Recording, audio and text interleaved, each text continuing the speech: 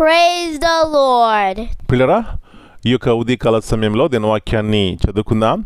పరిశుద్ధ గ్రంథంలో నుండి 2వ దినవృత్తాంత గ్రంథము 6వ అధ్యాయం 13వ వచనం. 2 Chronicles 6:13. సమాజముగా కూడియున్న ఇశ్రాయేలులందరి ఎదుటను మోకాళ్ళుని చేతులు ఆకాశం వైపు చాపి సొలొమోను ఇట్లని ప్రార్థన చేసెను.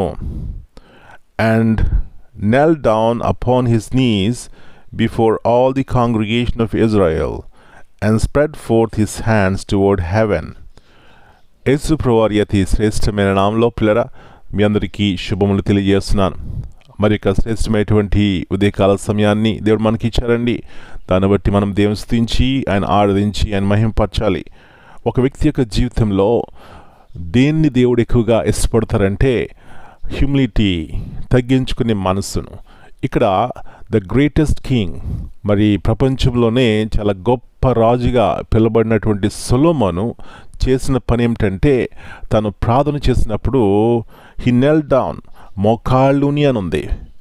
చూడండి, సొలొమోను గొప్ప రాజు అయినప్పటికీ కూడా గొప్ప రాజులకు రాజు అయినటువంటి దేవుని ఎదుట సాగిలపడ్డాడు, తగ్గించుకున్నాడు, విధేయత చూపెట్టాడు. నా ప్రియ సహోదరి, నీ జీవితంలో ఇలాంటి తగ్గించుకునే మనసున్నప్పుడు, ఆ విధముగా మరి దేవుని ఎదుట సాగిలపడినప్పుడు, మోకాళ్ళని ఆయన ఎదుట చేతులు చాపినప్పుడు ఆయన వింటాడండి, జవాబిస్తారు. తగిన సమయంలో మన జీవితాల్ని ఉద్ధరిస్తారు, ఆదరిస్తారు, ఆదుకుంటారు, సంరక్షిస్తారు, పోషిస్తారు. ఆ గొప్ప నిరీక్షణతో కూడినటువంటి జీవితం ఇస్తారు.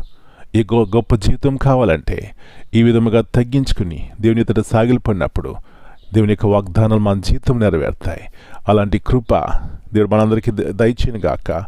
ప్రార్థన చేసుకుందాం. నమ్మదగిన దేవా, పరిశుద్ధమైన తండ్రి, నిత్యము ప్రభా వేల కొలది దూతలతో కొనియాడబడుచున్నటువంటి పరిశుద్ధమైన దేవ, మీ గొప్ప నామమును బట్టి మీ వందనాలు చెల్లిస్తున్నాం. తిరిగి మా జ్ఞాపకం చేస్తున్నారు.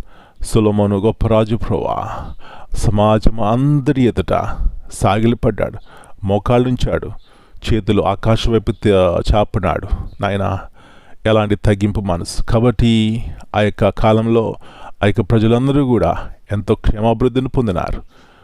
ఈ ఉదయకాల సమయంలో ఇలాంటి మనసు మాకున్నప్పుడు, ఆ విధముగా తగ్గించుకున్నప్పుడు ఎలాంటి మేలుకరమైనటువంటి జీవితాన్ని చూస్తాం. కుటుంబంలో శాంతి సమాధానం ఉంటుంది ప్రభా. రెండవదిగా మా జీవితాలు మీరు పోషిస్తారు, నడిపిస్తారు. మీ జ్ఞానంతో నింపిన ఆయన తగిన రీతిగా శాంతి సమాధానంతో నింపుతారు. ఇలాంటి ఆత్మ మాకు కావాలంటే మేము కూడా మోకాళ్ళని మీ వైపు చూడాలి. ఇలాంటి ఆత్మ ద్వారా ప్రతి ఒక్క నడిపించి సహాయం ఇచ్చేయండి. మా పిల్లల్ని జ్ఞాపకం చేసుకోండి. ఎవరు ఏ అవసరాలు ఉన్నారో అది మీకు తెలుసు ప్రభా.